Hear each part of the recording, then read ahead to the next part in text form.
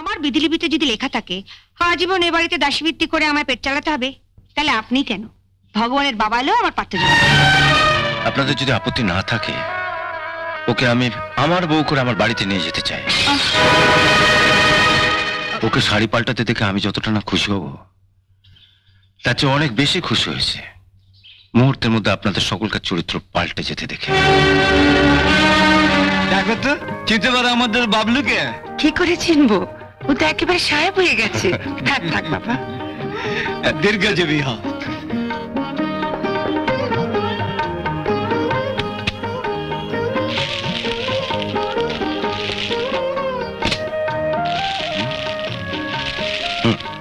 এটা আপনার বাসমশাই, এটা আপনি পড়বেন। এসবের কি দরকার ছিল বাবা? মুখে যাই বলো, মনটা কেমন খুশিতে ভরে উঠেছে বলো। তোমার নিজের ছেলেরা কি কোনোদিন? মেনু কোথায়? ঘরে আছে বাবা। ওকে এটা দেবেন। না না না, দিয়ে এসো, দিয়ে এসো। তুমি বসো বাবা, আমি এক্ষুনি ওকে নিয়ে আসছি। দেখি দেখি দেখি দেখি দেখি দেখি দেখি দেখি মুগাসিস, মুস্তাফাক সিল্ক। রংটা কেমন মেরমেরে। দাঁড়া দাঁড়া, আমি দেখি আমি দেখি। আরে ছাড়, দাঁড়া, পরে দেখবে। দাও, ভিতরে বাবলু বসে আছে, এটা গিয়ে মিনুকে দিয়ে আসি। এটা পরেই মিনু আসবে। এটা পড়বো কেন? আগেই তো বলেছি আমার যা আছে আমি তাই পড়বো। বাবলু নিজের হাতে করে তোর জন্য শাড়িটা নিয়ে এলো। নিয়ে এলো বলে ওটা আনার সঙ্গে সঙ্গে আমায় পড়ে যেতে হবে। শাড়িটা না নিয়ে এসে যদি বাগবাজারের রসগোল্লা নিয়ে আসতো, তাহলে ওই হাড়িখানা ওনার সামনে ধরে গপাগপ খেতে হতো, তাই তো? ঠিক আছে, তুই যা ভালো বুঝিস তাই করিস। তুই তো কোনোদিনও আমাদের কথা শুনিস না, নিজের মন চাচায় তাই করিস। আমি যাই, এতক্ষণে বোধহয় তোর দাদা বৌদিরাও ঘরে ঢুকেছে। অনেক বছর হলো এখান থেকে চলে গেছি, আপনাদের বোধহয় ঠিক আমাকে তেমন মনে নেই। ঠিক মনে নেই তা নয়, তবে আমার কিন্তু আপনাদের ঠিক মনে আছে। আপনারা তিন ভাই মিলে মাঝে মাঝে আমাকে এমন পেটাতেন না। বাবলু, এই আমাদের মিনু।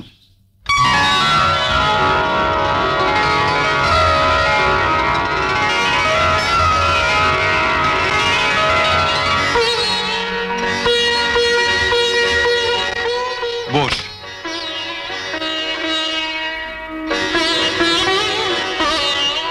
যে শাড়িটা তোমার জন্য নিয়ে এলাম সেটা পরে এলে না কেন? এমনি আমি এত করে বললাম, তবু এত চেয়ে দিবি না। শাড়িটা বুঝি তোমার পছন্দ হয়নি? পাগল, অত দামি শাড়ি আমার পছন্দ হয়নি বললে তো গা শুদ্ধ লোক আসবে। তবে পরলে না কেন?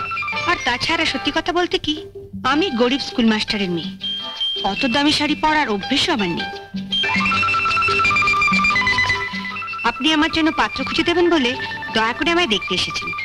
আমি ঠিক যা তাই দেখে গেলে আপনার বোধহয় পাত্র খুঁজতে সুবিধা হয়, তাই না? কবে আপনি আমাকে দেখবার জন্য পাত্রকে নিয়ে আসবেন সেটা নিশ্চয়ই আগে থেকে বাবাকে জানাবেন। আমি আপনাকে কথা দিচ্ছি, তার আগে আমি এই শাড়ি পরাটা অভ্যেস করে ফেলবো।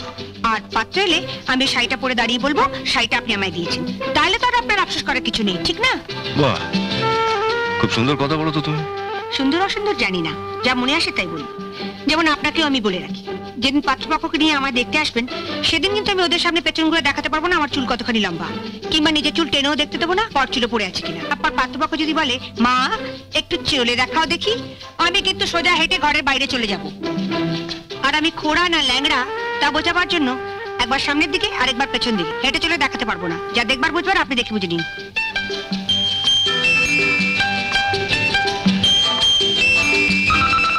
বুঝলেন তো? কিন্তু যারা তোমাকে বাড়ির বউ করে নিয়ে যাবে তারা তো নিশ্চয়ই চাইবে যে তাদের আজকালকার বাড়ির বউ মানে তো বাড়ির ঝি, তার উপর যদি আমার মতন গরিব স্কুল মাস্টারের মেয়ে হয়। আমি তার বৌদিদের মতন কপাল নিয়ে আসিনি কে যে বাড়ির বউ হয়ে যাবো সে বাড়িতে আমার মতন একখানা ননদ থাকবে যার কাঁধে সংসারের সমস্ত দায়িত্ব চাপিয়ে দিয়ে আমি বৌদিদের মতন পটের বিবিসে যে গায়ে হাওয়া লাগিয়ে বেড়াবো। বৌদিদের উপর তোমার খুব রাগ দেখছি। ওসব রাগটাগ বুঝি না, যা সত্যি তাই বলছি। সামনেই তো আছে, জিজ্ঞেস করুন না মিথ্যে বলছি কিনা। আমি আবার কাউকে ভয়টাই পাই না। তুমি ওর কথা কিছু মনে করো না বাবা, ও মুখে যাই বলুক, মনে কিন্তু। শুনুন, আর যার কথাতেই ভুলুন, পাত্রী দেখতে এসে পাত্রীর মার কথাটা কিন্তু ভুলবেন না, তাহলেই ঠকবেন।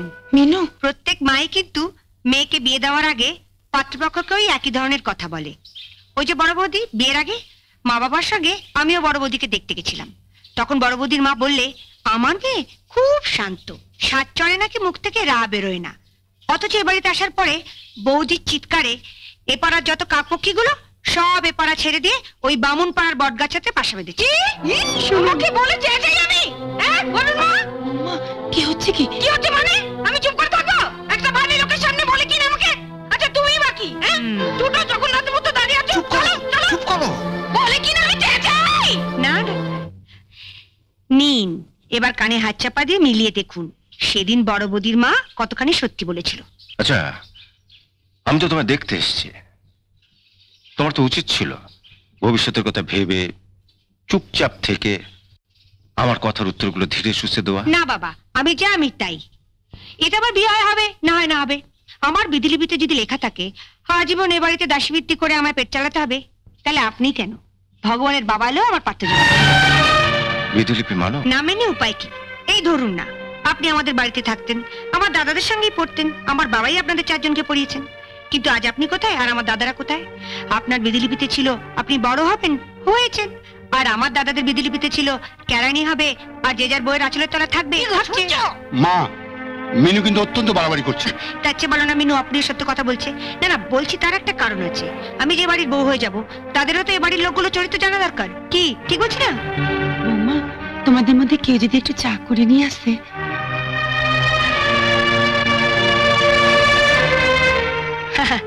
কাদের কি বলছো মা? এ বাড়িতে আসার পরেই তো বৌদিরা ভুলে গেছে ককাপ চায় ক চামচ চিনি দিতে হবে। তাই আমিই যাচ্ছি।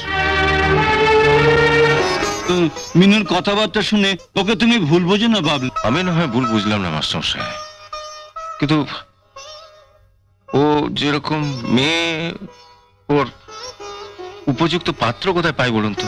হ্যাঁ শুনুন মা, শুনুন।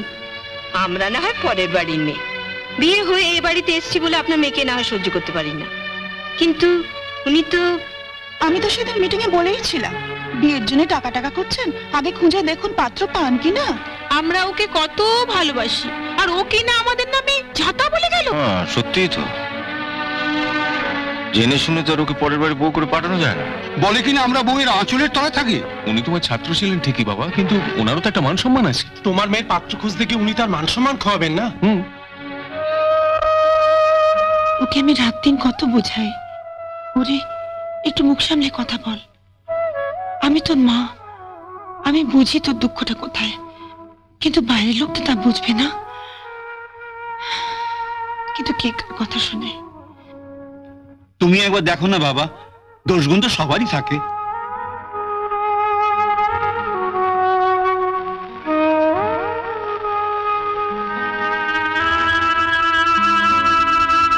না মাস্টারমশাই, আমার চেনাশোনা তো এমন কেউ নেই যাদের বাড়িতে ভরসা করে ওকে বউ করে পাঠানো যায়।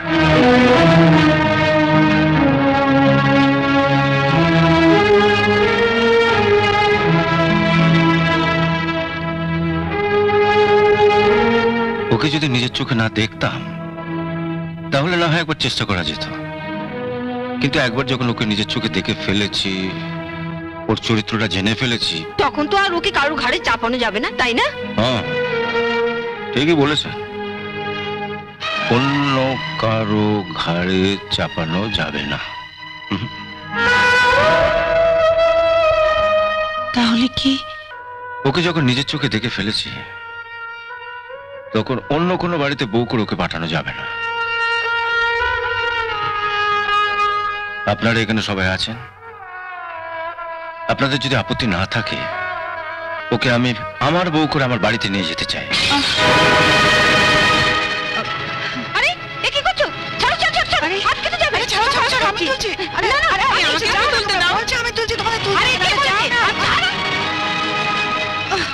আমাকে এক টুকরো দাও। না। ইস, শাড়িতে কিরকম চায় দাগ লেগে গেছে।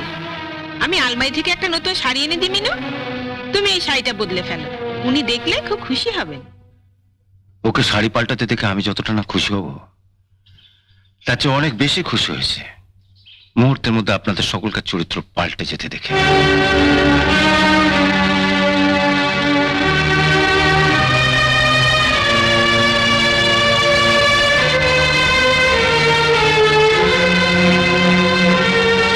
তুমি ঠিক বলছো তো বাবা?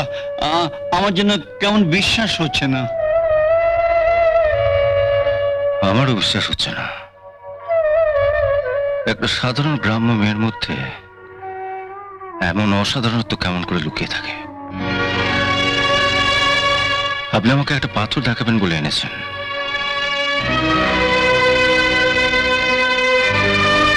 কিন্তু এ তো সাধারণ পাথর নয়, এ তো পরশ পাথর। মিনু, তোমার মতন আমিও বিজলিপি মানি। আমার বিজলিপিতে আজ তোমার সঙ্গে আমার বিয়ে হবে। বলে বিয়ের বয়স তো আমার কবে পেরিয়ে গেছে, এতদিন বিয়ে করলাম না কেন? বাড়িতে পঞ্জিকা আছে? হ্যাঁ বাবা আছে। আপনি দেখুন সামনে কোনো বিয়ের তারিখ আছে কিনা, আর দরকার পড়লে কোনো পুরো ঠাকুরকে ডেকে পাঠাতে পারেন। আমি ছাতে আছি, চা খেতে খেতে কথা হবে। এমন আরো অনেক ভিডিও দেখতে এই চ্যানেলটি সাবস্ক্রাইব করে নিন এবং পাশের বেল আইকনটি প্রেস করে দিন।